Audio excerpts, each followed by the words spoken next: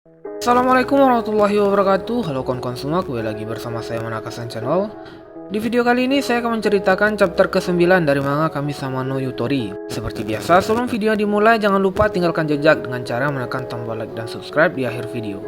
Baiklah, tidak lama-lama lagi, langsung saja kita ke videonya.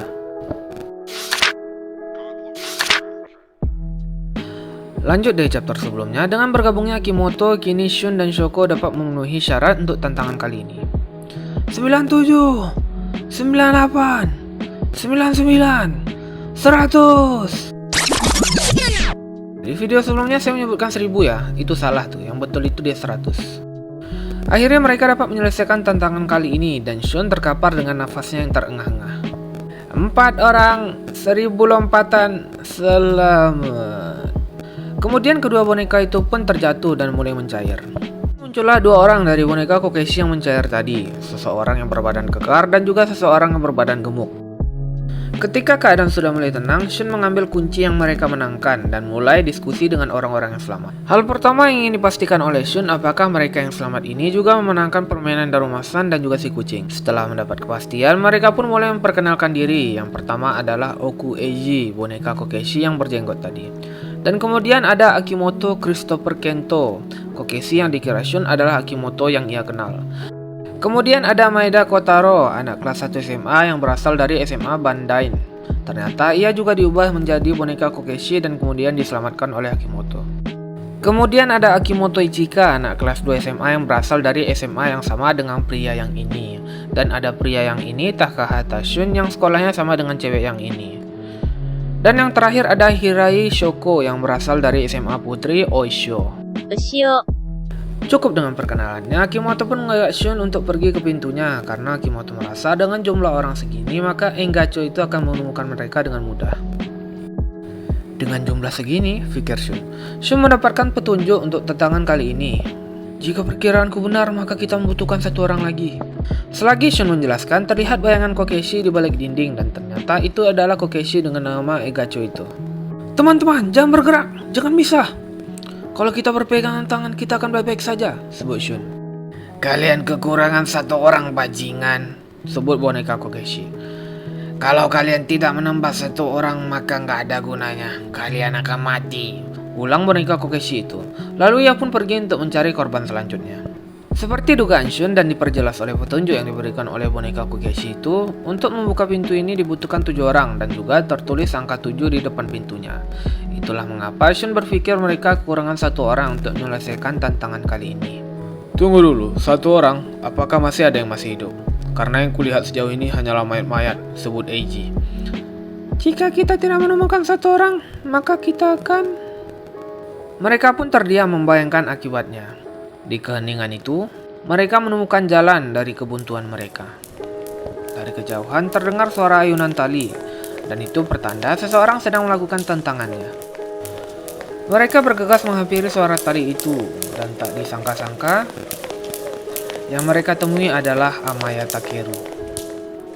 Keras kepala sekali ya, sudah berapa kali ku bilang, kau harus melompat dengan orang lain, kalau kau melakukannya sendiri tidak ada gunanya. Amaya Takeru tidak memperdulikan perkataan boneka Kokeshi dan terus melompat.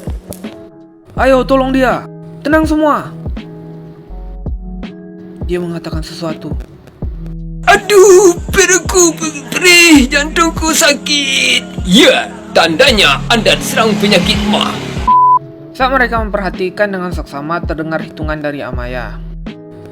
98, 99, 7000. Ternyata Amaya sudah melompat 7000 kali sendiri dan jika diperkirakan dia sudah melompat selama 2 jam penuh. Shun merinding melihat hal ini. Sudahlah, panggil aja kawan, kau nggak capek apa? Sebut boneka Kokeshi. Tetapi Amaya malah memberikan tatapan tajam ke boneka Kokeshi itu. Boneka Kokeshi itu pun merasa tersinggung dengan tatapan yang Amaya berikan. Dan ia pun mempercepat putaran dari talinya. Rasakan itu, rasakan!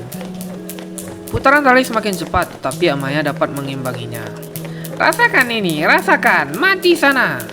Dengan kecepatan tali yang terus meningkat, tangan boneka Kokeshi itu pun tidak dapat menahan tarikannya. Dan kemudian tangan Kokeshi itu pun putus. Semua orang terkejut melihat hal ini. Apa yang kau lakukan? Apakah... Kemudian sebuah tinju melayang ke boneka Kokeshi itu. Ia terpental dan kemudian Amaya mematahkan kepalanya. Apa yang terjadi, Lae? Mereka terdiam melihat pemandangan yang mengerikan ini. Kemudian pandangan Amaya tertuju ke arah mereka. Gila dia ini, ayo kita kabur, sebut Eiji. Kemudian Akimoto yang gemuk tertangkap oleh Amaya dan Amaya mulai meremas kepalanya. Hentikan Amaya, kalau dia mati kau juga mati bodoh. Kini pandangan Amaya pun tertuju kepada Shun. Kau tidak bisa melakukannya sendiri kali ini. Jika kau punya kuncinya, pintu pun tidak akan terbuka. Untuk dapat keluar dari tempat ini, kita membutuhkan 7 orang dan kami kekurangan 1 orang lagi. Ayo Amaya, jadilah rekan kami. Eiji dan Akimoto gemuk tidak setuju dengan keputusan yang Shun berikan, tetapi Shun menyebutkan, ini adalah sebuah tes, kita tidak punya pilihan lain. Jika tidak ada lagi orang yang tersisa, maka ini adalah kesempatan terakhir kita. Untuk dapat selamat, kita tidak bisa mundur lagi sekarang. Kemudian keadaan menjadi hening. Kau tahu, rekan saling menyelamatkan satu dengan yang lain, saling memaafkan, tidak peduli bagaimanapun keadaannya. Tidak pernah berkhianat. Jika kau bisa menjanjikan itu, maka aku akan ikut denganmu, sebut Amaya. Mereka meragukan apa yang disebutkan oleh Amaya dan mereka berpikir seakan-akan itu hanyalah tipu dayanya saja. Baiklah, sudah diputuskan. Kita bertujuh, kita akan keluar dari sini.